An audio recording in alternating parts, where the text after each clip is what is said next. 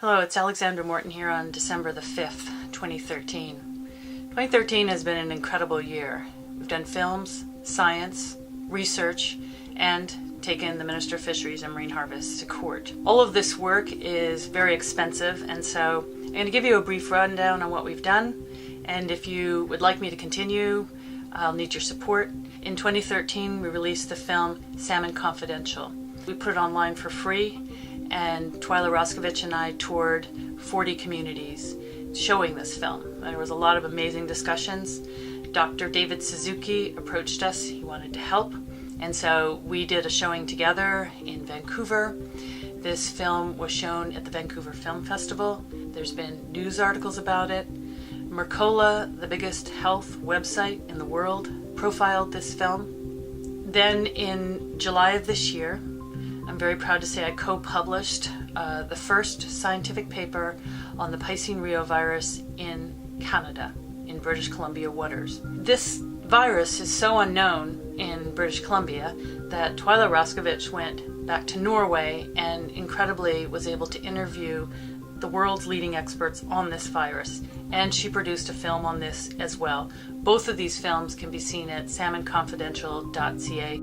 In June of this year, I took Marine Harvest and the Minister of Fisheries to court with the law firm Ecojustice for the transfer of diseased fish from hatcheries to the marine environment. This is something that is written into the federal aquaculture licenses, that if the company wants to use diseased fish and the company vet deems it low risk, it's okay. Well, this is in contrary to the rest of the Fisheries Act, to common sense, and I think it's downright dangerous, particularly when you listen to what the Norwegian scientists are saying about the Piscine reovirus. So this case is ongoing. I have an incredible legal team at Ecojustice, and I remain very hopeful, but let me tell you, it's a tough fight. We put out a poster this year and distributed it to tackle shops and lodges and First Nations, showing some of the disease symptoms, telling people if they saw some of these things, they could contact me.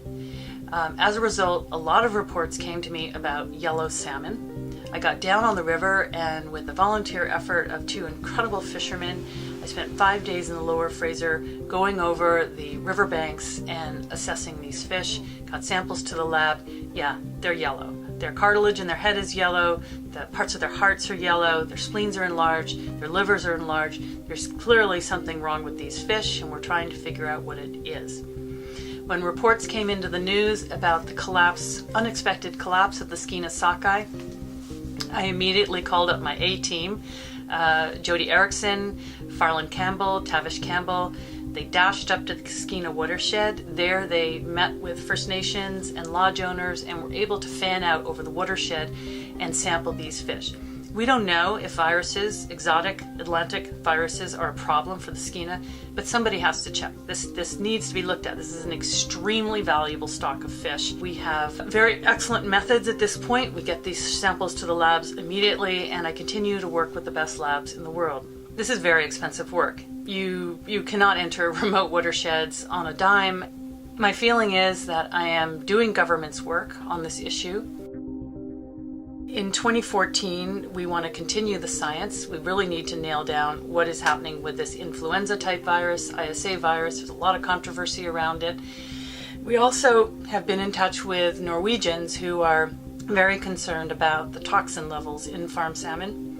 And so Twyla and I would like to do another film this year that looks at how high are these toxin levels and what does it mean to the brains of developing babies and impact on humans in general. I do not get funding from the government, and I also don't apply to the large funding agencies. The funding that I get is from individuals and very small groups. People ask me all the time, Alex, how do you get so much done? Well, I'll tell you. There are no salaries, there's no employees, everybody's on contract. I work with incredible people. There's no overspending, there's no office, there's no overhead. All of the money goes to getting out in the field, producing these films, doing the websites, paying the labs, just going straight to the work. And so I'm extremely thankful to everyone who has helped me get this far, but I am out of money now. And so if you want me to go forward, there's two ways to donate. One is the Raincoast Research Society. This is a charitable society. We can issue a tax receipt. This society only does the science. The second way you can donate is to the Pacific Coast Wild Salmon Society. You do not get a tax receipt with this one, but with this money we can do the films, the brochures, the websites. 2014 is going to be a watershed year for this issue. Politicians aren't going to take the heat for much longer. I mean, it's starting to look so bad when you have federal agencies that can't answer specific questions like, did you retest my samples or not? When you have toxin levels at the level that these Norwegian farm salmon apparently have, and you have the European Union allowing these limits to just escalate so that farm salmon can be legally sold. The public is not interested in eating dioxins and PCBs. Canada just approved the commercial scale of genetically modified salmon eggs. This will be the first food animal that's GMO in the world.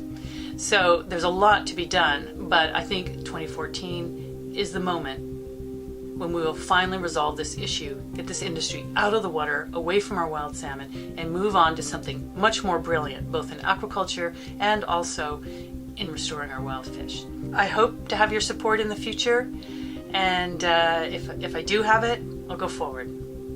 Thank you so much, and happy holidays, Merry Christmas, Happy New Year.